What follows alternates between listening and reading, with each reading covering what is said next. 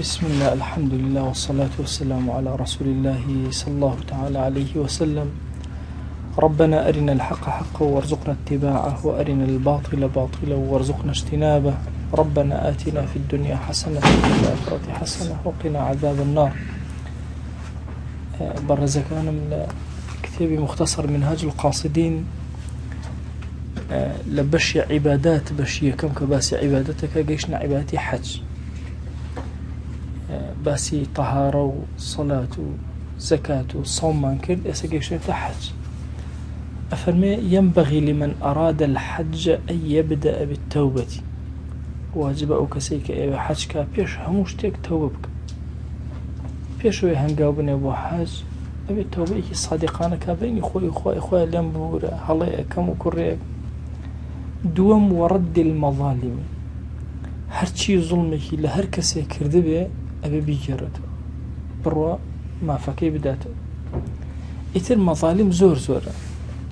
ظلمي كردو لخيزان لمنا لخزم كسكر بهر شوازة للشوازة كان ظلمي كردو رد المظالم أبي بروا ردي كاتو همو أو ظلماني كردو داوي عفو بكايا حقك باتو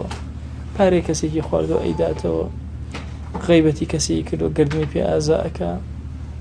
زري لكسي داوي عفو ليك يا قروي بو أكاته. والحال مظالمهم أجرته وقضاء الديون غير قرز كان بجرته شي قرزي لله خلق نبادل الأمر نيته ين ها وقت خوي لكردواري خو من هندي آدابي جوان هبون دواي خلق مهتمنا وفي جوان ندايا بس أو آدابنا هو الإسلام أو أسولاء وكسيك قرزار وإذن أديب سنبو حج إذني لي ورقل أجر إذني ندايا نأسو يا أبي قرزكي بيته يا أبي إذني لي ورقري إذن بإنجاب شي بوحد واضحة. شو أجر إذني داي قيناك يترتو أوكاتا شو احتمال كابرا لسفرك نجرته احتمال ما هيج أشي نوسي وموصيت وشتاني خوي بلا خاون قرز أبي إذني بدا كبروا. وإعداد النفقة لكل من تلزمه نفقته إلى وقت الرجوع. أفرمي أبي النفقة أمادبك بيداويستكان أمادبك أو كسانيك واجبا لسر أمن نفقيان بكيشي حتى أو دقيقة قريته باشا أبي هرهموي أوبك دابني بوين حازرك مثلا حسابك بلين دومان جي بي اتش أبي كلو بلي أم دومان أو كسانيك واجبا لسر أم بخيويان كأبوين دابني درسي بيشو هو بزارن بس يكيون بو كردن ك طبعا آفرتان اشتيان لسر واجبني نفقاتي مالي بهيش واجب لسر هيج آفرتي واجبنا بي حتى ما كشي دولمن بي باوكي فقير بي واجبني لسري بخيوك بس كرك فقير يجبي واجب لسري باوكي بخيوك. بياو يكم النفقات أكيد تسري حتى مثلا كسيك بوركي كسينية واجب لسر أم بخيوك نفقي لشرع همو آفرتين نفقي كسر بياوك دايكو باوك نفقيانا كسر كور أولاد كبخيوك مناضي خوت خيزاني خوت أمان هموي نفقيان واجب لسرتو تاكويتو سرفيترا بدي تاكوية سرفيترا أدي حتى أبي واجب لسر شانك توبي نفقي وأنا بكيش. لأن الإسلام سبحان الله يك آفرت نية ببس سرپرشتيكار بمينتو سيركي لعشرتك آفرتك بيكس الله أما كسي كي سيركن الله ولا أم وزازازازاي فلان كسا واجب لسري أو أم وزازازاي لو خوارو بخيوكا يعني سبحان الله أو أندن دي قدرة ولا لا حتى سرفيتري أو أفرت لو دورو واجب لسر أم واضحة. إنجا طبعا كاتك أشياء وحج نفقي أم كسا واجب له أبي خواردني دو مانجي أم كسا دابينكا بوشاكي بيجي بوي دابينكا مهم مصاريفي أو كسي ماوي أو دو مانجا حتى أقرأتوا بحاضر كله. ويرد ما عنده من الودائع هرشي أمانته اللي لا أم دانرا واجب بيجرته وخوانا كانيا نباد أم نقرته كسي قتويتي مثلا تخواب أم كتابم لا يتوبي كسي كتير وتوتي بأم ساعاتم لا يتوبي كسي كتير وتوتي بأم توصف بارم لا يتوبي أبي همو أوانا ودائع كان بيجرته إنجا جولبك لهندي كتابة بس كأفرمي أجر خاون وديع كان رازيبون خاوەنی شتەکان ڕازی بوون عەلەیکم السەلام خاوەن شتەکان ڕازی بوون ئەفەرمێ ئەم ئەیداتە دەست کەسێکی تر بەڵام بە ڕازیبوونی ئەوان چکە احتیمال لە ڕازی نەبن واضحە عەلەیکم السەلام ئەیداتە دەست کەسێکی تر تێبینی ئەوە بکەن ئێستا بۆ نمونە کەسێکمان هەیە با بڵێن پارەیەکی لای تۆ داناوە تۆ نابێت لە خۆتە بێ بە کەسێتر بڕێەوە حەز ئەبێ ئەو ڕازی بێ ئایا ڕاستیدا وەری ئەگریتەوە وەدیعەکە یا بیدەمە دەست کەسێکی تر بە ئەمانەت ئەگەر ڕازی بوو ئینجا چکە احتیمال ئەو کەسە نهێنی خۆی بێ نەیەوێت کەسێکی تر بزانێ غێری تۆ نەبێت وهكذا ويستصحب من المال الحلال ما يكفيه لذهابه ورجوعه من غير تقدير أفرمي أبي أوان ماڵی حەڵاڵ ئەگەتەن لەو کلمە بێ ئەوەندە ماڵی حەڵاڵ لەگەڵ خۆیان بەرێ بۆ ڕۆشتنی بۆ حەج و گەڕانەوەی بەبێ ئەوەی چروکی بکە بەشی بکە بەبێ ئەوەی چروکی بکە یعنی بە سەخاوەتەوە بە ئینسان بچێ بۆ حەج بە چروک و ڕەزیلانە نە اینجا پارەکەشێ بێ حەڵاڵ واضحە ئەبێ ئەو پارەی حەڵاڵ بێ کە پێی ئەڕوا بۆیە خۆمان جاران خێڵک ئەیان وایان و کوڕە فران کەس کاسبی حرامە حەجی بە قسمت نابێ فعلا ئەبێ ئینسان بە پارەیەکی زۆر حەڵاڵ بچێ عیبادەتە جێبەجێکە قسەکەی ئیمام ئەبوو حەنیفە بۆ باسکردن کابرا سێوێکی دزی و کردی بەخێر دەستی کرد الغایەت لا تبرر الوسیلە بە پارەی حرام کۆکەیتەوە بڵێ وەڵا ئەچم بۆ عومرە ئەچم بۆ حەج نابێ ئەوە ويستصحب من المال الحلال أو مال حلال أروع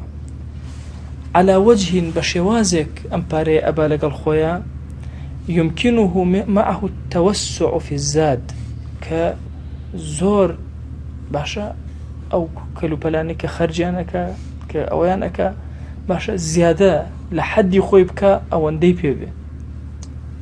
بوي نبت بهر بسر خلقه والرفق بالفقراء أبي أو اندي بيبي بتوين له هاوكاري فقيراني شو نقل بخلق فقير مثلا خيري بيبك أو سوال كان خير فأبو كاتك أروى أبي هم أمكلوا بلانا كلقال خويا أبات أوندي بيبك ببير رزيل وشروكي خوي هاولي رفيقي مثلا فقيرك أبيني هاوكاريان كهتاوكو أقرد ويستصحب ما يصلحه كالسواك والمشط والمرآة والمكحلة أفرمي هروها لقال خويا أوشتاني كبيويسيتي أيبا سواك شانة آوانة مكحلة مي كلدان وشاور رشتن باش كلنا كلدانك يعني أو كليتي أكل وظيفة كلو كلدان باولا بكل يعني شاي بالرشد خوي جوانك يعني أدواتي جوانكاري بيب كابرة طبعا پیغمبری خدا صلی الله علیه و سلم لفرمایشتك گرچی درجه صحتك ضعفی کتیه فرمایشتك فرمای یەکێک لەو شتانەی مووەکانی برژانگ درێژ ئەکات و چاو بەهێز ئەکا بریتە لە کل بەکارهێنانی کل لە سونەنە بەس بۆ شێوازەش نا بە تۆخی بیکەن کورە عالا پێمان بزانێ ئێمە گەنج بوون ئەوەنە کلمان ئەکردە چاومان تەسەوورکەن هەندێک جار لە قوڕگمانە هەستمان بە ڕەشی ئەکرد ئەوەنە کلمان کردە بۆ چاومان باش ئیسفادەمان زۆر زۆر لێ ئەکرد لە چاو تیژی ئەوانە بەڵام محاولە بکرێوان نەبێتە دیاردەیەک ئەتەوێت ئینسان شەوان بیکە و بەیانی هەستا جوان چاوی بشۆ ئاساری پێوانە منە زۆر شتێکی باش هەم جەماڵێک بە چاوی ئەدا هەم لەگەڵەوەشە لە ڕووی سەحەتەوە زۆر ئیسفادەی لێ ئەکات پاکژی ئەکاتەوە زۆر ئیسفادە سوودی زۆر بۆ باس کراوە حتى لە ڕاگرتنی زەختی چاوە تەمان چاو زەختی بەرزە بێتەوە چۆن لاشەی ئینسان زەختی بەرزە بێتەوە خوێن زەختی بەرزە بێتەوە ڕاگرتنی زەختی چاو بەهۆی چیەوە بەهۆی کلەوە زۆر سوودی هەیە لە ڕاگرتنە جۆرێک لە فێنکیش ئەداتە چاو فەوائیدی زۆرە وەڵحاڵ جا ئەفەرمێ چی کابوو کە ئینسانی موسڵمان ئەو جارە عەرزەمکردن کە شامەتی بەینە الناس وەکو چۆن ڕوومەتێکی سپی خاڵێکی پێوە بێت چۆنە بێزەبەت جوان لە دوورەوە دەرەکەوێت هەیئەتی باشە بۆیە ئەفەرمێ سیواکی پێبێ بۆ دانی شانەی پێبێ ئاوێنەی پێبێ ئەمانە بۆ سەفەری تریش غێری سەفەری حەج هەر سونەتن ئینسان پێبێ ئەچیتە قسمی داخلی مەسەلەن ئەچی سەفەرێکەکەی دایمە مەسەلەن ئەم کەلوپەلانە ضرورەتن کە ئینسانی موسڵمان پێبێ باش ئەوە خۆی حازر کرد و کەلوپەلی کۆ کردەوە بسم الله ئەوێ بڕوە ويتصدق بشيء قبل خروجه پێش ئەوەی دەرچی حرەکەتکە خەیرێکەکە سەدەقەیەک لە کوردەواری حیوان سرە بڕا پێش ئەوەی کابرا بڕۆ حیوانێک سەر بڕۆ اینجا ئەڕۆژ ئەکرا بە خێر ئەوە لەوە هاتووە شتێک ئەبێ بکا بە خێر ئیتر فەقیرێکە هەتیوێکە مزگەوتێکە هەر شتێک بێ مهم خێرێکی کردبێ اینجا دەرچوو بێ وإذا اكترى فليظهر للجمال كل ما يريد أن يحمله من قليل وكثير أجر كسيكي بكري قرتبو لقل يابي أبي بو أو كسر زادي بيب باشا زور كمي أبي شرح وكوكاتو حازريك لقل يابي وقد قال رجل لابن المبارك احمل لي هذه الرقعة إلى فلان تخوز أحمد النبي أمشتم مبقين بفلان كس أبو حجج فقال حتى أستأذن الجمال أبي بمخاون واشترى بلهم واشترى كلي أخره بكري قرتوما زمان مرة أدا وتي أكون أول شيء وأنا وتي بو من هيجني بس من هالي ناقرب واشترى هالي قريب الصحابي واشترى كإذن بدر لورقة تشيروكي عليكم السلام ورحمة تشيروكي حسن البنا هي الحصان ليس من الإخوان مشهورة أسبك إخوانية طبعا حسن البنا برحمة بأخوة مؤسسي إخوان المسلمين الله جارك شو ولا ديك بو محاضريك الله أسبك يعني هنا أسبو عربانيك الله زور هوليا وتيكا كم سواري أسبو عربان ناب موانا هرب بي أروين وتيام بأخوة هرب يسركي الله كسركه وتخلق كثير حاجة يعني كبش نجي له محاضرة كي بقرن لا وشو نيتر الله خلق يجهر زور سواري عربانا كبون الله أميج نفسيا بينا خوج الله بيتاخذ قصينا أكل الله يشيك لواني كلا قال ولا مسؤولين وانا وتقول وان يومير صاحبي أم أسبو عربانين هم منطقة كي يخومنا هم إخوانا راسك بس آخر الحصان ليس من الإخوان خو أسبك إخوان ليك أسبك بروكا تا مسألة أسبك كاشتكي في هالأجيرة يعني أول أخا يعني أو اشترى يعني أو سيارة هرشتك لو أنا عرفان هندك مجالاتي تيا لا عرف لا يدا أبي أقل من دوستك زور دين دار الرجل هذا برسياري شيء كذا طبعا هستن بورق ودينداري أو بياو أكل ما وصل من لشوينك ما وصايتي أكم سيارة ما قلتو بكريا كتشي بچوكي شملية تلبية همو جارة من أو كتب شكم لو خو ما من باريبو نادم دروس شرعان يا دروس طبعا كتشي بچوك تو بخيطة باوشتو بي بيلا بوليشي ابتدائي لغخوتا عرفان مجالي كتيا بلام ورعان وهابا شباري يجبدا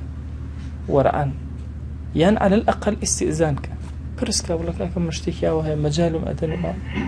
أي برس أو أنا وتي والله بس ساقك وتي بخوا بطالي تواري من الله بارينا وتي كنا والله بطالي تبى بس كم مهم هو إنسانك ك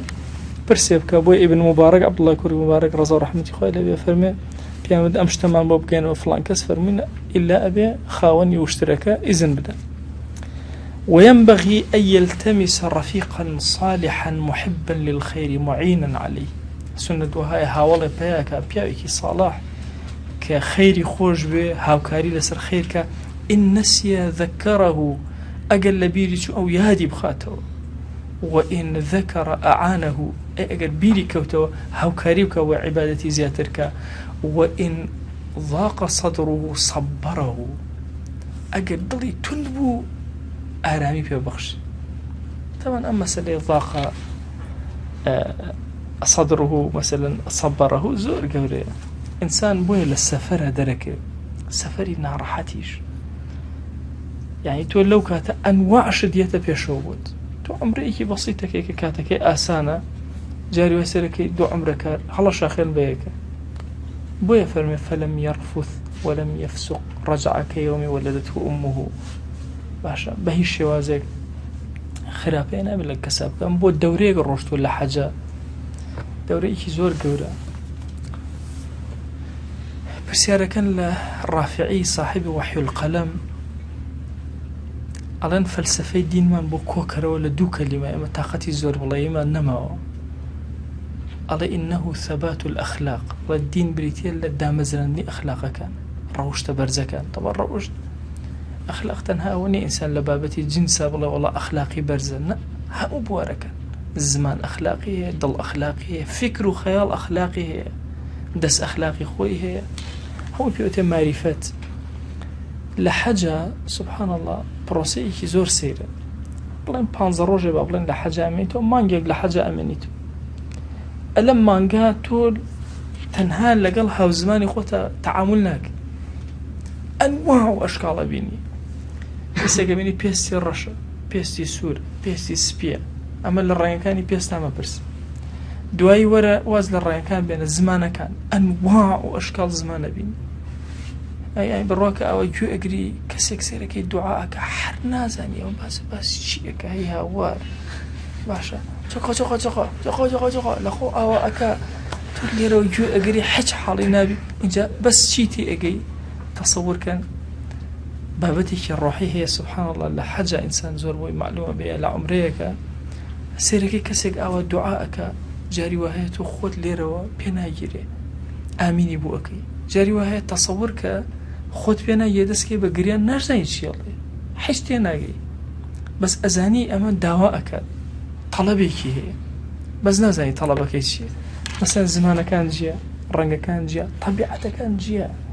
لا سريدنا وسريدنا طبيعتي تي هواشي تي توني تي باش شرنجيزي تي نرمي تي أنواع وش تقول لقال همي أنا ما نجي كالسكوتك أنجيك مجموعة جنين الرابع حد دقيق لقنا مجموعة كي وهو أروي جماعة أقورن أو أروي أقورن سبحان الله فيرتك لقى المروفة شون بش بهمو معنايك مروفاتي أجر بين قاج بنن بقاشتا قاج بنن بسرتا نبي حقها بسريان أبي أمد السنة واستوبت زمان واستوب لا أسي ضل واستوب حتى كسي غلطي كبر أمر كردي لو كاتتو بدعاء خيري وب المسألة حاج فيري آدابي زور جورتك لقل مروفات شون أبي نرمو حليم بجي وجيان بريتسل باش أمروفانا باوكدنين خوشكدنين خزايتونين مناضيتونين أو لقل أنا أجي إهاتي تو لقل أمانتون أجي يعني ركت أكا رك فيرتك لقل مروفات شون بجي فيرتك لقل أجل لحاجة شون بجي يعني بوتنيا ميرولي أو بانكيتو بكوشي هيتش أبي دز وستاو بالله هرشي أجل كان أي باشو أجل أي دارو درخت بوتني لقي دار بالرصاص هل لقي داري صوص بوتني أو جاغني يا ناتواني أو بيشكيلي توت يتصل الجاوشتي جا وستاو يعني فيري روشتي جورا أبي أمتشن روجا لقل مروفا لقل أجلا لقل دارو بردال لقل هموشتك لم كونها هي تو فيري آداب أبي تيات بويا رفيقك الصالح زور قوري اللي إذا ضاق صدره صبره يكلي مجاري وإنسان قران كاري بس رأينا تصور كان دوستكم جيرابو بينيم لبردم سجن سيركم زور بشوشة أو أنا أكاكت تولد دميا نما وصعي جوكر زور نارحت بو أنا أو چند دقيقة پیش بشت الله حاكم شو مبنايا وأمانة بوشي خوتك يك توز بيونيتي مقر أخو عظيمة خوانية منية لا شيء ترسي هي واجب ولا سرخوبة تو ملاي شون بيأوا خوتك بيت وخو أوكي نرم به هادئ به دوهي أي جرا أي والله أو چند كلمة نبوة لقى الحاكم شرمب أي شو مجورة أي سبحان الله أي من ببيكين حاكم ببيكين يقصيك الطوابات مدر عفو كرا أو تسن كلمات زي رك أو جاري وهاي كسيك بيني بس كسيك ديارني لكاتي حاجة أو زور روده خلقك هم مشوشة به طبعا درنجة جاري وهاي خليك درتكن إيه لولا أترسي تهربونا من خلقك هم مشوشة كسيك ديارني هم يقرب دوايا كأيدوزنا هم يقصب رامبريك ماش نبي قصب باشە ئەگەر کەسێک لەگەڵا بێ هەمیشە هاوکارت بێ هێواش دەکاتەوە دائیمە لەو شوێنانە هێواش دەکاتەوە طبیعەت زۆر هادی ئەبێتەوە ئینسان لە کاتی تووڕەیە زۆر اختیاری لای خۆی نییە هەر تەوجیهێکرا بۆ لایە ئەڕۆ ئەها بۆیە پێغەمبەریان صلی الله عليه وسلم ڕحمان بە قوربانی بێ ئەفەرمێ کەسێ مشارەکە بکات لە کوشتنا بە نیو کەلیمە وەکوایە کەسەکەی کوشتێ بەس ئەها نیو کەلیمە ئوق نەیوتوی ئوقتل بەس ئوق باشە نیو کەلیمە بۆ عەلەیک السەلام بۆچی مەسەلەن ئەوە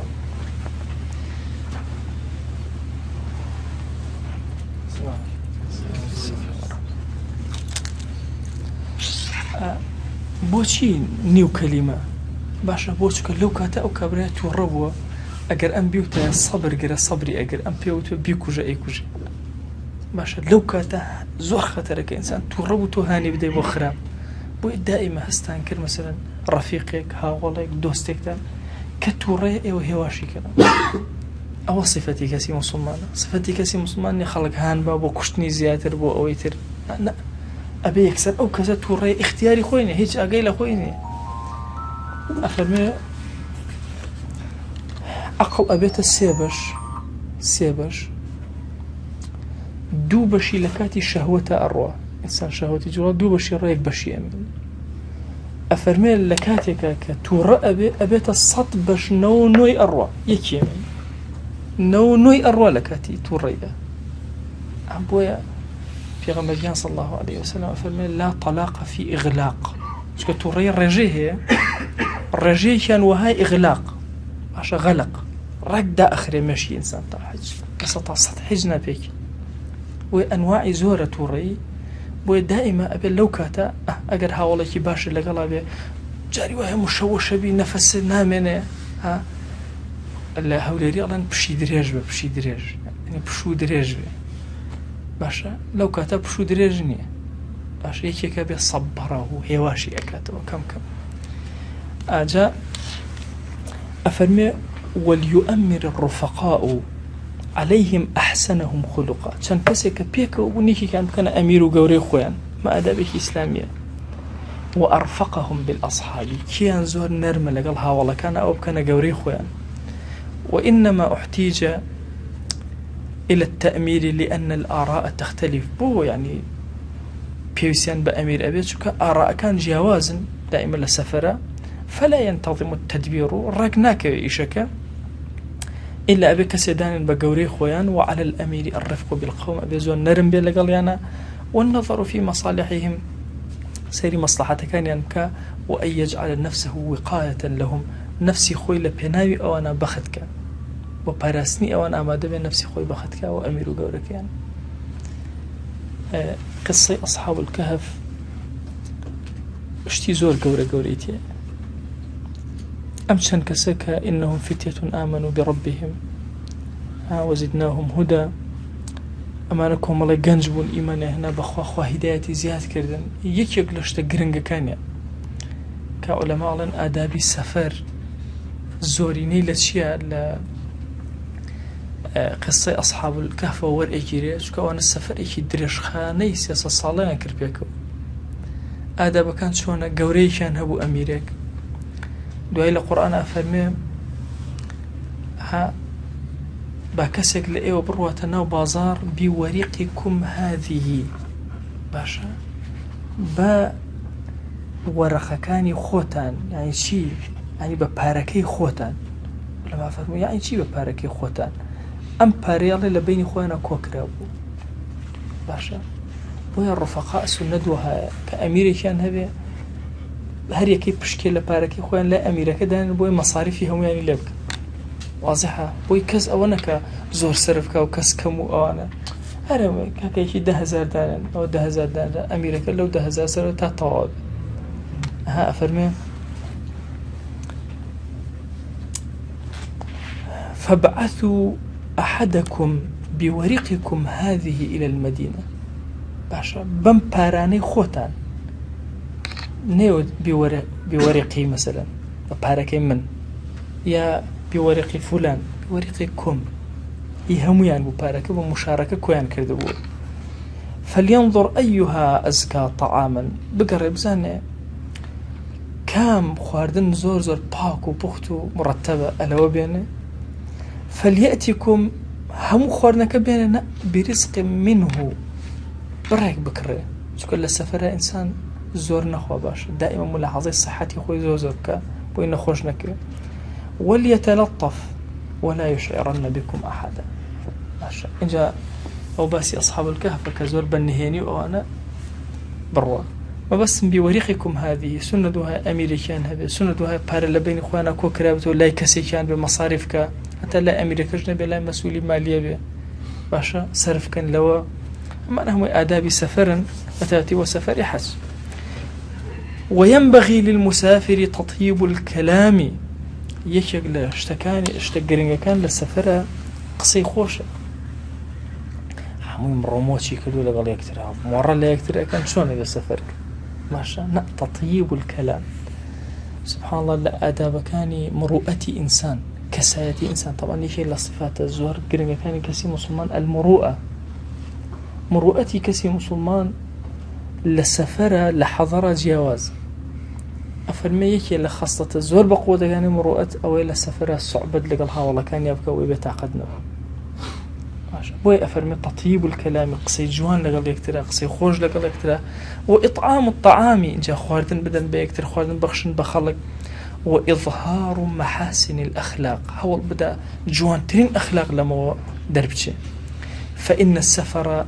يخرج خبايا الباطن شوك السفر نواخني إنسان كان درخة باشا بوي أبي الزور هول باخوي كنترول كاشتي جواني اللي درتش نكشتكي ناشرين حتى أجل ناشرين شبه محاولة كنترول كاشتي كل السفر ناخي إنسان درأك ومن كان في السفر الذي هو مظنة الضجر حسن الخلق كان في الحضر أحسن خلقا أفرمي هركس لسفرك كجي أو إنسان باشا نتوانه كنترول أخلاق جوانا كاني بيا نكري خبايا ناخي درك أجر كسي أوابي لحضر ولا الله أخلاق كاني أبي جوان تربي جاء فرمي مقع إيديك هرك لسفرة كومال أخلاقي جوان اللي بيني لحضر أو أخلاق أنت يا بقوة تر بون من بيني الرازقوية لما الله الرازقو تر بيني أمين ودس باكا لما الله ودس باك تر بيني زمان باكا لما الله زمان باك تر تشاو باكا لما الله تشاو باك تر همو أوي كالسفرة بيني الأخلاق لما الله بهستر وقد قيل إذا أثنى على الرجل معاملوه في الحضر ورفقاؤه في السفر فلا تشك في صلاحه وتراوى أجر بيابك أو كساني كمعاملين لقلا كردو لما الله ولا حضر أو كساني رفيق يبون للسفر بس ينكر وصف ينكر قمانتا لو نبي أو كسيكي صالح يعني دوكس دوتشين أجر وصفي أم كسيان كر يك أواني معاملة وبازرجانين لقلا كردو معاملش تنها بازرجاني هل سكوتيان لقلا كردو لحضرة دو أويك الرفيقاتيان كردو للسفرة وتيان أم كسي تشاكا قمانتا نبي كتشاك شو ألو دو شو أنا قرنج إنسان دركة لمعاملة لنا حضرة دركة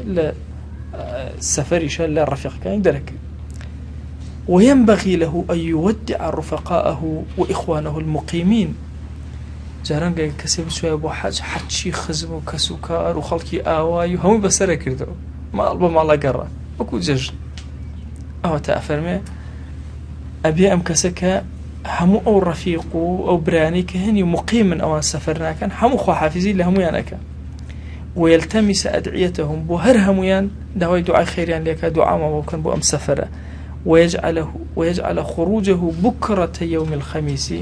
وسنة وهايك درچونك لبربيان الروجي بيان شمابت كبر وحج أروا سنة وهايك شيء سما زور كنترول ناكري وليصلي في منزله ركعتين قبل الخروج منه ويستودع الله أهله وماله بيش أوي لماله ودربشة تدرو بادور كان نشبك وماله منالي خوي هرهم بدأ تدسي خو بك تودع لا يخوك وأمانة لا يخو دائما تأقرد ويستعمل الأدعية والأذكار المأثورة عند خروجه من منزله أو ذكرانيك أو دعاني أو ذكرانيك لك مأسورة سنة لكاتي درشونا بيخواني بابيخواني وفي ركوبه ونزوله لسركوتنيا لدابزينيا، وهي مشهورة كثيرة في كثير من الكتب من مناسك الحج. زورك لكتاب كان مناسك حج باسي وأدعية وأذكارنا كذا كشون إخواني وشون درج. وكذلك جميع المناسك من الإحرام، حمو منسك كان إحرام، طواف، السعي، وقوف بعرفة، هرهم أوانا ذكر أوراد خويه وبيان خوانه، وغير ذلك من أعمال كما سيأتي فيها بما ذكر من الأذكار والدعوات والآداب غير أمانش أو ذكر آداب ودعواتاني كهي جيب جيانك، وكل ذلك مستوفى في كتب الفقه وغيرها. فليطلب هناك هم أول كتاب فقه غير كتاب فقه آداب وأنشا باس كراون لو إنسان أتواني وريان بقري باش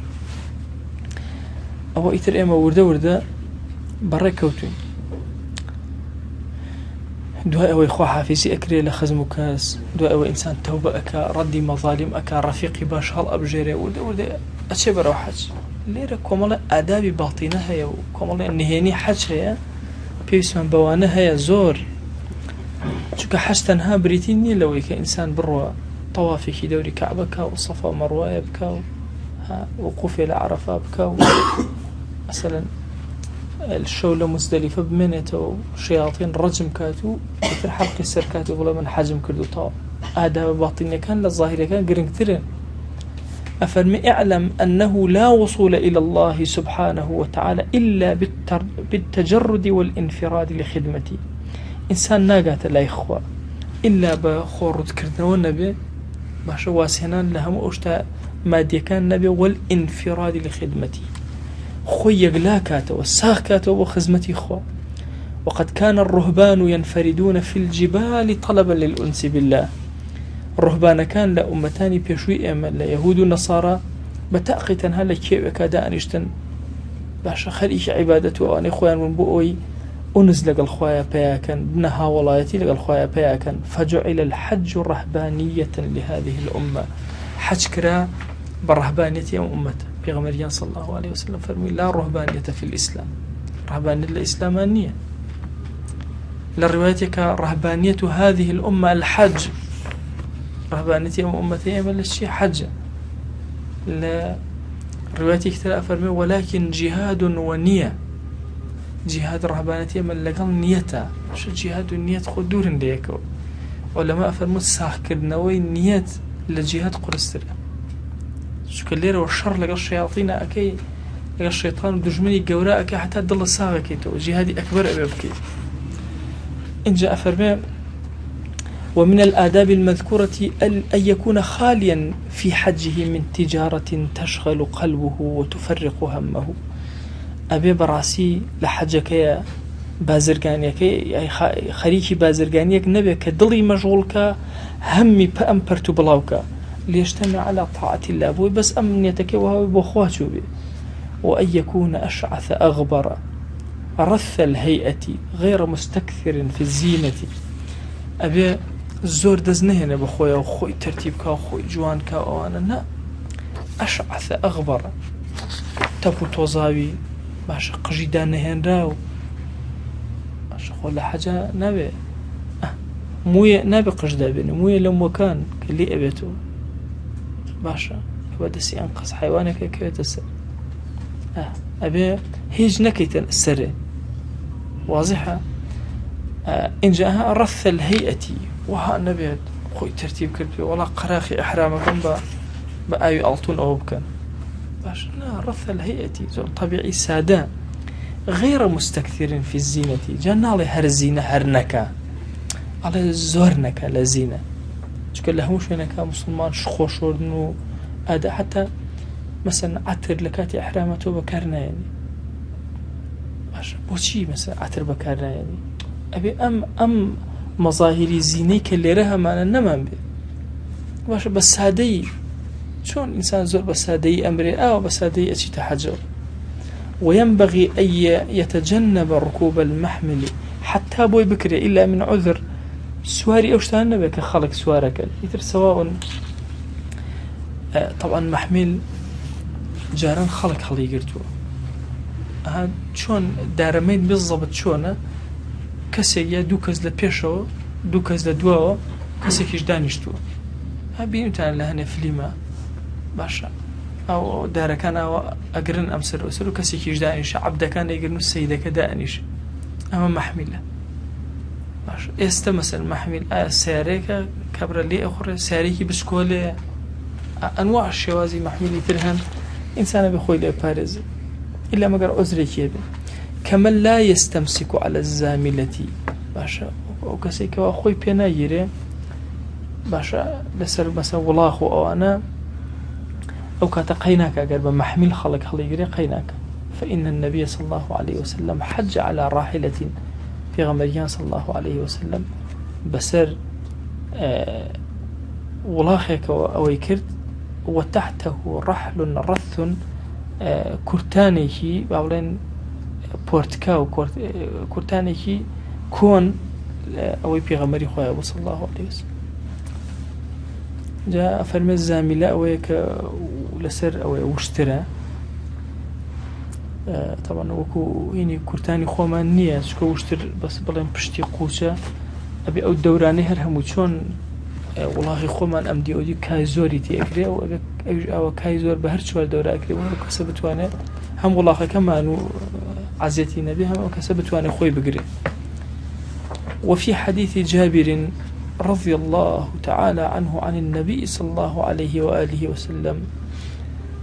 إن الله عز وجل يباهي بالحاج الملائكة خوايان مباهات أكا بحاجة كان لا ملائكة بيان الله شيء مباهات شون فيقول انظروا أي ملائكة سير كان انظروا إلى عبادي سير عبد كان من كان أتوني هاتون بلا من شعثا غبرا باشا قجيان شبرزة تبو توزاوين من كل فج عميق لها مسوشيكي دنيا وهاتون أشهدكم أني قد غفرت لهم إيوه أكم بالشاهد ملائكة إيوه أكم بالشاهد كليان خوشة سبحان الله باشا أم خوا عظيمة شاهدي بوتشي ملائكة شاهد من وعفو مانك باشا يمشهدك أو أن دبهيز أبو إنسان ألو كاتا رب العالمين ملائكة أكبر شاهد لسروي كإنسان عفوك أو أن ده حالتك يقوريه بويا ابن القيم رحمة الله لميم يكيا باسك عرف ما بوكا فرمي وراحوا إلى التعريف يرجون رحمة ومغفرة ممن يجود ويكرم أفرمي الرشتون برو عرفات أمانا بوسيتشون بو ئەوەی لە پەروەردگاریان ئەو کەسەی کە یەجود و یوکریم کە زۆر سەخاوەتی هەیە جارێک باسی کەڕەم بۆ کردن کەڕەم ئەوەیە ئەبەخشێ بەبێ داوە جودیش ئەوەیە ئەبەخشێ بە داوە باشە یعنی کە تۆ داوا ئەەکەی چەند دوێ ئەداتێ کەڕەم ئەوەیە هێشتا داوات نەکرد و ئەداتێ سێمە قەت داوامە کردو خۆی یا هەناسەمان پێ بەخشی هەناسەشی پێدابی ئەوە کەریمە القرآن أوتري القرآن الكريم يعني سواء طلبت منه أو لم تطلب داواك يا داوانك جاري وكلمة القرآن يقول لي وتسبي هدايتي كسي جاء فرماء فلله ذاك الموقف الأعظم الذي كموقف يوم العرض بل ذاك أعظم والله الله الرجي محشرة حموي بيك جورجلها تولي وساوى لكيوي عرفات أسفيكاته كأنما رجي محشرة ولا بردم خويا وساون بس رجي محشر قرب على اختر وقورتره وكأنما رجي محشرة ببسوكي أم يقول عبادي قد أتوني محبة وأني بهم بر أجود وأرحم هذا خواجان بملائكة الله ها عبدكاني من هاتون برو الأمان بتمناك زور قورو هاتون منيش لقلي أنا زور برحم أبم زور أجود وأرحم باشا لا هناك ليكت لنسخة كان هاتولو سيئولا طواتر بالله أجود وأكرم باشا شو حد سكافر من كريم وجواد لقلي أنا إن جاء فرمي أي ملائكة وشهيد بأن أني قد غفرت لهم أو من لهم قناها كان ينبوران بوي حاجيك ألن كيته وكيوم رجعته أمه سبحان الله شون أقريته لدايق بو أو أقريته هيج قلنا هيك بصري ونعمله كاتلا عرفات أقرته دواويته أفهم صار يكسر الزحمة بلى يعني خوجان عفوا ما كان لحقي خوي حق الناس لا حق الله أو بكامل رشتو أول شيء حق الناس وحق الله يتيايا هر حق الله كي رشتو يعني مثلا تنها مجرد حق الناس أمنته إيش بيشتروت ما ردي مظالم وأواني كردو أمكس ما فكاني خلقي جراته بس ما في خوا معه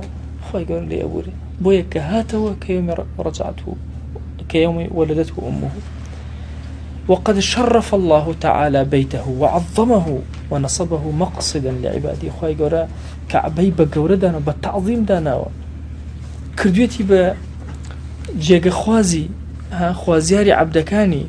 وجعل ما حوله حرما له تفخيما لأمره نكر كعب خوي دور بركشي هار هم يكراوتا حرم تنها تعظيما وتفخيما بوسيبو أمري كعبة همو مكي كون اسبيوتا حرم كأروي أزاني قلوبا كان صوزن جوازن لقلوبا كان يتر منطقي كي قورة لا هلا بجي قورة همو بيوتا حرم باش أما بو تنها لبن حرمتي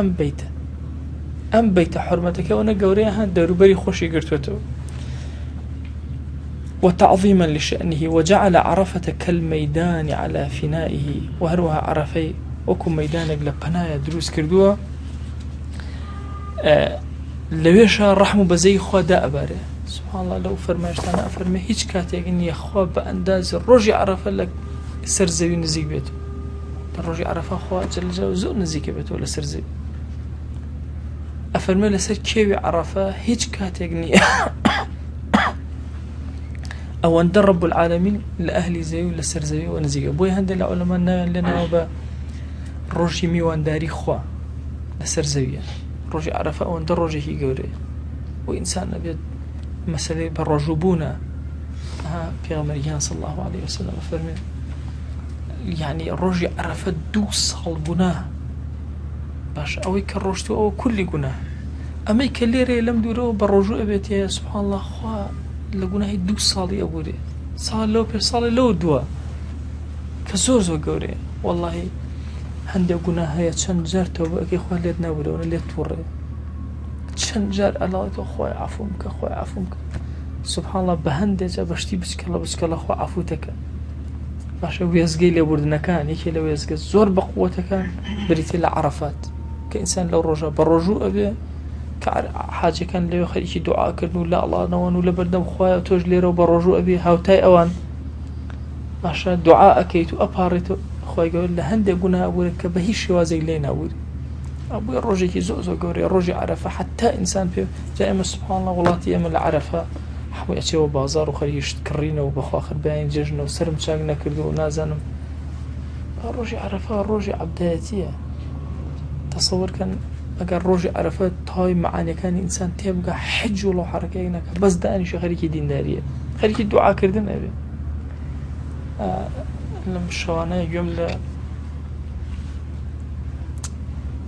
كابرا السعودية ناو كمل بيرشو يوم لو تاريخي زور خوش لما مخيمك باسي وكاد الله اما زوريني دعاء كان ما دعاء يبول لي بردن الله ورن با دعاء يشتركين خوا سلبي نعمة ما لنك او نعمتيك يسد بيداوين لما نسنته دائما بلين اللهم كما أنعمت علينا فزد وأكرم علينا خواهيان شون نعمتي بي بخشاوين بومن زيادك بومن طاوك جاء إسا إما هستي بيان إسا زال سبحان الله النعم حتى ليت نروى هستي بياناك إسا إما هما الحملة خواني دست هز زور بالنعمتي دزناكن بس أقل ليه ما نشو إنجا هستي بيان دست برا كاتيك دسمنا ما إنجا هستك من نعمتي چن قوربو دركم بيانا أكد وهستن بيانا أكد بشتك عشان نيوچوانك زور بأساني خمس سر سجده دوێنەشو دۆستێکە کاگوالی بینیم یا وەختی خۆی کاگوالی مەسئولیەتی هەبوو لە بزوتنەوە تووشی نەخۆشیێک بوو نەیەتوانی سوژدە بەرێ پشتی ئاوازە هەموو جارە کوڕە کەمەڵ خادر سەعبەت چی بوو ئەی قەسەم بەخوا مەسئولی بزوتنەوە هەیە سوژدە نابە سوژدە بۆ خوا دابە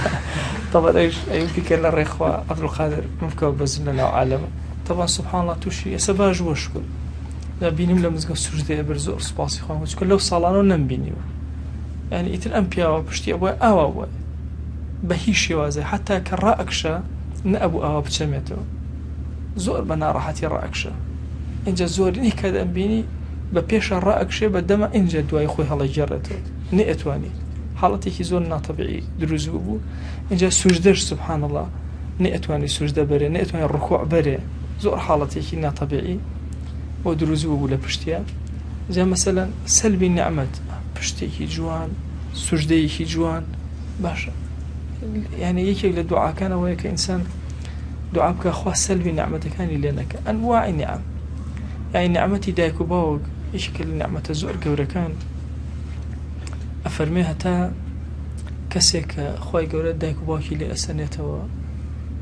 ألين ملائكة بي ألين فريا خوتك فريا خوتك أويك أخوة بهوية والرحمي بتوءك لسر زويان أوي خوا بهوية والرحمي بتوء كل سر زيان نما فري خودك ويتر أبي خود جهدك بيشتر لو أسي هندشتو بخوا بالرحم لبر ضلي أو أنا لا توج بورابي خوا عقوبين دابي لبر حرمتي أو أنا أو بيرانا جاء هل النعم هي إنسان هستي بيناك أبو دائما إنسان دعوك يا ربي خوا يا سلبي النعمة كان بليمك نعم من زور بسرو يا سبحان رب العالمين أكل يسر ونعمة جوانا جاء مسألة بيت وقوري بيت وبقور زانيني بيت يعني مشتكي هوليرم زور في جوانا يعني يستيما اما اقل رسمي وبيني رسمي كي كعبة انا برا وردي ابيني وارين تصور كان هي هلا هوليريك مثلا ذاتي قديم كان اقل رسمي كي ابين يكسر الصلواتين لسر بيغمري خواه صلى الله عليه وسلم اللهم زد هذا البيت تشريفا وتعظيما وتكريما خواهيا أأم بيتك قوربك الرئيس وحرمتي زيادك بوي أبي أمل لناخ معنا جورك لحرمتي الزور قورها ببرامر ببيت يعني مثلا التلفزيون أبيني بيت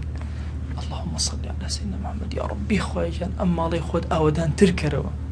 يك دعاء أو مالي أولي كرت يك دعاء إبراهيم كوتم كرم خوال لهم دنيا وخلشي بو أنيره إيه مشكاتك أما أبينم يكسر أبي أم دعاء بكم خواجان هيبتي أم مالي خود زيادك حرمتي زيادك بارزراويك يعني تبير كانوا يك لحظة وتشركني أم مال أو خلق بدوريا يتورو حتى أفرمي لزماني الشيخ جيلاني بياك طلاقي خواردو وتبي عبادتي بكم كزني كرت على علماء بهذا وتيام طلاق كتكوت الشيخ جيلاني وتي من عبادتي ودزمو كزني كرت نامش نسيبو علماء مكة وتبو يك سور نك حاول سورك بو يك سور محاولة كان يا نيو سور أم بيوكاتك بدوري كعبة أسورته كزلو كات النصر هو طلاق إنك شكل هيج كاتك نبو خلق نصور بدوري كعبة ما شاء الله هاتن توزي كان بو مجالي كان بو له مجال أن ينش كذب جولته أم أو توزي جولات شن هنجاوي كان بو طلاق إنك عبادتي كي كله هيج كسجني كله أبوي أم تعظيمها لناخ معنا ورد النما ومن يعظم شعائر الله فإنها من تقوى القلوب بخوا عزيزانا مسألة بكور زيني بيتكاني إخوة يعني مالك زور دين دار هاتون ما شاء الله جنوبيا كان خوان حافظي قرآن سيم من علشان حافظي قرآن مالك زور بركة إتر هاتون مال ما ندويا وهندي قشت ما كل أسيون هلا دي كمزجوتي أنا بيني أما وصلت خوان راوسة أسون نرجعتي أكر صلواتي كي زوريان أدا خو أسباز بوتو مالك تولم شويناها يعني زور بحرمة الرزو لما الله كان خو الرواني يعني أتصور كان منهم جاري لرمضان أغلب بجماعة طبعا هم كابال الليات والله كاك خو لغزا حنين نقرون توصل بين يجيب كان حوي بو بماندوي وببيتاقتي بس عارف علم جارك كثير بو كردن مزقتي كي ماليزيا دعاء مكر أو دسم دانا بو دسي أو لك جنجة قلتي أو دعاء بكالي تعظم مسلمان قلت باشام بروفيسور شيء جوري أي دعاء وتم أشهد بالله من تعظم مسلمان شو آدابي في غمريان صلى الله عليه وسلم جاب جنة كرك أبدا دسكان ما وبرس كمو دسم دانا بو جورك هذا تمالي بيو ديار نبي العبادات وتمالي وانا بيو درك إن شاء الله مسألة بینینی ماڵی خوایە والله یەکەم جار کە ئینسان ئەیبینێت جاذبیەتێکی ماڵی خوا هەز بە چێژێک ئەکە لە عمری ئەو چێژەی نەکرد قەت نەیکرد ئەوەندە جەماڵ و بەهایەکی جوانی هەیە ئەو ماڵ هەستی تۆ سەرنجی تۆ دڵی تی و هەمووی ئەبا ئەو شوێنەی کە تۆ یەک عمر نوێژە کردو بە چاوی سەر ئەیبینی زۆر سەیرە دەی وەڵای لە تەلەڤیزیۆنە کە ئەیبینی لە ماڵێکە کە ئەیبینی پیاوێکی پیر هەبوو لە هەولێر زۆر کات مەسەلەن باسییان ئەکردم خۆم نەمبینیان و لە ماڵێکە کە ڕسمی مەسەلەن مزگەوتی پێغەمبەری خوا صلی الله علیه وسلم هەڵواسرابێ یان کەعبە هەڵواسرا قەت قەج ڕاناکێش حورمەتەن و ئەو ماڵ باشە ئەم ئادابە جوانانە لە گوندی وێنە مەلایەتیم ئەکرد پیاوێک دەرمانی ئەوەشان جا خەڵکی ئەو مەنتیقە هەنگیان هەیە حەزیان نەئەکرد کەس بێت دەرمان بۆشێن چونکە زەرەیە لە هەنگەکانیان ئەوانەشیان کە مەسەن سەوزەوات شتیان ئەکرد حەزیان ئەکرد بێت بۆی دەرمانە بۆ سەوزە شتەکەیان بۆشێنن ئیترام پیاوەش هاتبوو جا خەڵکی ئەو گوندە زۆر مرد بوون بۆ میوان دۆستی و ئەوانە بەڵام زۆر کەفیان بۆ پیاوە نەئەهات چونکە دەرمانی ئەوشان و زەرەی لە هەنگەکانەدا منیش چووم سێرەکەم بە تەنها لە مزگەوت وتمەوە ئێوارە میوانی منی وتی باشە ماوەسا گیان بە خوڵامت دەبم و ئەوانە زمانی ناوئێک بوو ئێوارە تەبان خەڵک هاتنەوە و ئەمانە وتیان بەخوا ماوەسان نایڵێن و میوانی ئەمە بێوتمەخوا تازە پێشەوە دەستی خۆمەشەوە میوانی منە هەستمە کرد پیاوێکی زۆر ساڵحە ئیتر چوونە ماڵەوە تەبان خواردنشتمان ئامادە کرد و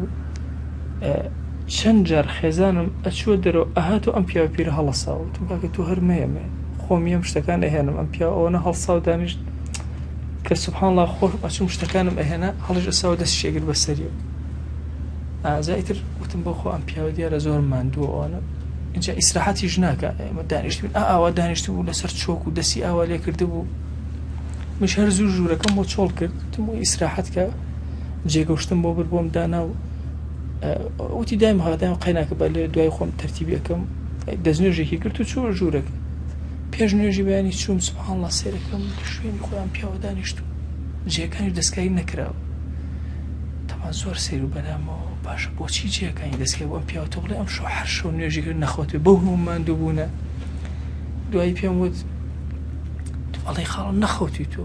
تی وەڵا ماوەسا یا من لە ماڵێکا قورئانی تیا بێ قەت ڕاناکشن تا مەکتەبەکەم لە ژوورا بوو قورئانیشی تیانەوە بڕوا بکەن بەس ئەو لە سەفا و ئەوەی خۆیە خۆ ماسە ماڵە قورئانی تیا من قەت تیا ڕاناکشن تەسەوور کە ئەوەندە ماندوو بوو ژوورێکی بچووکە بوو لە مزگەوتە دوای نوێژی بەیانی ژوورەکەم بۆ تەرتیب کرد وتم دەی لەوێ بخەوە تەسەوور بەس کەوت خەوت ئەوەندە هیلای بوو کەچی شەو نەخەوت بە هیچ شێوازێک ڕانەکشاوە بڵێ ئەم کابرا ڕاکشێ بوو ئەدەبەن بەرامبەر بە قورئان یعنی ئەمە من بە چاوی خۆم لە خزمەت ئەو پیاوە پیرە بینی بڕواکە نییە خۆم بە قوتابی ئەویش حساب نایەک بێت لای خۆ ڕوتبێت ئەم پیاوە پیرە چەند گەورە بێت لە عومریە لە ژوورێکە قاچی ڕانەکێشاوە یا ڕانەکشاوە کە قورئانی تیا جا ئەمە تەعزیمی ئەمانە زۆر مهمە بە گەورە جا ئەمە یەکێک لە کێشەکان ئەوەیە ئێمە لە نێوان فکری تەسەووف و سەلەفیەتە زەرێکی زۆر گەورەمان کرد لە غولووی تەسەووف و زیادە ڕەویە لە کەم تەرخەمی سەلەفیەتە نە ئەبێ وەسەطەتێک لەو نێوانە هەبێت ئەویش ئەوەیە بەڕاستی شتەکان مافی خۆیان بدەینێ مادام تەعزیم بە گەورە ڕاگرتنی شتەکان لە شیعاری تەقوای دڵەکان بێ وەڵا ئەبێ زۆر ئاگامە لە تەقوای دڵەکانمان زۆر ئاگامە لەو لایەنانە بێ کە با بڵێن لە دینمانە ئەمری پێکراوە بە گەورەی ڕاگرن یەکێک لەوانە کەعبەیە ئەبێ زۆر ئاگامە لێ بێ عەرەفاتە حەجە مەناسیکەکانی ترە هەموویانەوێ بە گەورە و عەزیم سیرکەین جا ئینسان کە بە گەورە و عەزیمی سەیری کرد چێژ زیاتر وەرەگرێت بە گەورە عەزیمی سەیری نەکرد بەخوا چێژەکەی کەمتر ئەبێتەوە و کەمتر وەرەگرێت خوای گەورە لە گوناهی منیشوی ئەوەش ببورێ و سەرفرازی دنیا و ئاخرەت بن صلی الله علی سیدنا محمد وعلى آله وصحبه وسلم ما ساعت چەندێکە دەرس خوێنین 5 دقیقە ماوە ئەم 5 دقیقە چکە 2 دەرسی تر ناخوێنین هەندێک دوعا ئەکەین بە هەمومانەوە إن شاء الله بسم الله الرحمن الرحيم الحمد لله والصلاة والسلام على رسول الله صلى الله تعالى عليه وسلم يا ربي خوای جان رحم و بەزەی خۆت بەسەرمانە ببارێنە تو گەورەی خۆت لە گوناهەکانمان ببورە یا ربی خوای عاقبت من پر خیر که یا ربی خوای سرفرازی دنیا و آخرت من که یا ربی خوای داوال لی اکین نعمت کان من لی مسنر و یا رب العالمین یا ربی خوای چون نعمتت بسر باراندون بو من زیاد که بو من طاو که یا رب العالمین خوای علم من زیاد که دل من پاک که دین داری من قایم که یا ربی خوای جان همت من برس که بو خدمتی ام دینت خوای بو خاطی گوری خود دل کان من پاک کرو خوای زمان کان من پاک کرو خوای چاو کان من پاک کرو خوای جو کان من پاک کرو یا ربی خوای بو خاتینا و جوان کانی خود آرامی بسر مانا ببارنه آرامی بسر دل مانا ببارنه بسر مال مانا ببارنه یا ربی خوای جان لگناهی باو کودک ما ببوره لگناهی باو باپیر ما ببوره لگناهی براو خوشکان ما ببوره لگناهی رفیق و هاولکان ما ببوره لگناهی خزم و کسوکار ما ببوره لگناهی دراوسکان ما ببوره هر کس ما فيكي لسر ما خوای بو خاتی گوری خود لگناهی ببوره یا ربی خوای داوال لی اکین هر کس ما فيكي لسر ما لگناهی ببوره هر کس پیاوتی و چاکیشی لگلا کردن لگناهی ببوره خوای جان گناهان با اشکر کردو من عفو من که گناهان بنهی کردو من عفو من که حجی مالك خود بقسمت من که یا رب العالمین یا ربی خوای زیارتی مالی خود بقسمت من که زیارتی مزگوتی پیامبری خدا صلی الله علیه و سلم بقسمت من که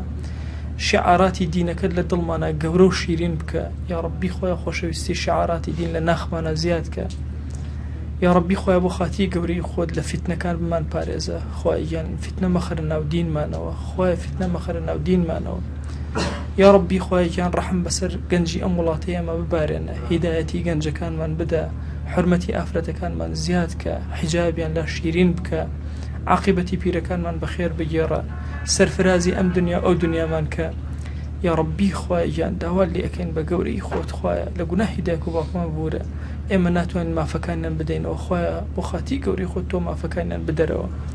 یا ربی خوای داوال لێ ئەکەین بەزەی خۆت بەسەریانە ببارێنە خوایە بەزەی خۆت بەسەریانە ببارێنە تو گەورەی خۆت ئەگەر هەڵە و کەم و کوڕی و بێئەدەبێکمان لە خزمەتیانە هەبووە خوای جان داوای عەفوت لێ ئەکەین ئارامی بەسەریانە ببارێنە یا ربی خوای داوال لێ ئەکەین بە ناوی جوانت بە صیفەتی بەرزت بە ئیسمی عەزەمت سرفرازی ئەم دنیا ئەو دنیامان کە تو گەورەی خۆت نەجاحمان پێ عەتاکە یا ربی خوای گیان داوال لێ ئەکەین ئەم تەڵەبانە پەروەردگارە بەرەو ئیمتیحاناتە ڕۆن خوایە تۆ بەهانایانەوە وەرە دەستگرۆیان کە یا رب العالمین حفظیان بەهێز کە یا ئەکرەم الئەکرەمین دەرەجاتیان عالی کە یا رب العالمین یا ربی خوای داوال لێ ئەکەین بە گەورەی خۆت خوای ئەم دەرسانەمان لێ قبوڵ کە تو گەورەی خۆت ئەم دەرسانەمان لێ قبوڵ کە تو گەورەی خۆت ئەم دەرسانەمان لێ قبوڵ کە یا ربی خوای کلماتێک کە لێرە ئەیڵێن و گوێمان لێیەتی یا ربی خوای بە ئەجر و پادار بۆمان بنووسە مەیدرەوە بەسەرمانە یا رب العالمین خوای پەنا ئەگرین بە تۆ لە ڕیا پەنا ئەگرین بە تۆ لە تەکەبور پەنا ئەگرین بە تۆ لە جوبن پەنا ئەگرین بە تۆ لە ترسنۆکی پەروەردگارە پەنا ئەگرین بە تۆ خوای گیان لە خۆبەشت زانین یا ئەکرەم الئەکرەمین خوای پەنا ئەگرین بە تۆ لە کافرێتی پەنا ئەگرین بە تۆ لە فەقیری یا ربی خوای محتاجی دەسی ناکەسمان مەکە محتاجی دەسی نامەردمان مەکە ئەوەندە حەڵاڵمان بدەرێ خوای محتاجی حەراممان مەکە خوای محتاجی حەراممان مەکە یا رب العالمین یا ربی خوای جان ڕەحم و بەزەی خۆت بەسەر ئەم وڵاتەی ئێمە ببارێنە ڕەحم و بەزەی خۆت بەسەر ئەم شارەی ئێمە ببارێنە یا ربی خوای بەرەکاتی ئاسمان و زەوی بەسەر ئەم وڵات و شارەمانە ببارێنە لە قەیرانەکان دوورمان خەرەوە یا رب العالمین لە فەسادی ئومەرا دوورمان خەرەوە یا رب العالمین یا ربی خوای داوال لێ ئەکەین بە گەورەی خۆت خوای گیان لێمان قبول بکە نوێژمان لێ قبول بکە دوعامان لێ قبول بکە ذیکر و ئەورادمان لێ قبول بکە ڕۆژەکانمان لێ قبول بکە یا رب العالمین خوای بۆ خاتی گەورەی خۆت عاقبەتمان خێر کە خوای بۆ خاتی گەورەی خۆت عاقبەتمان خێر کە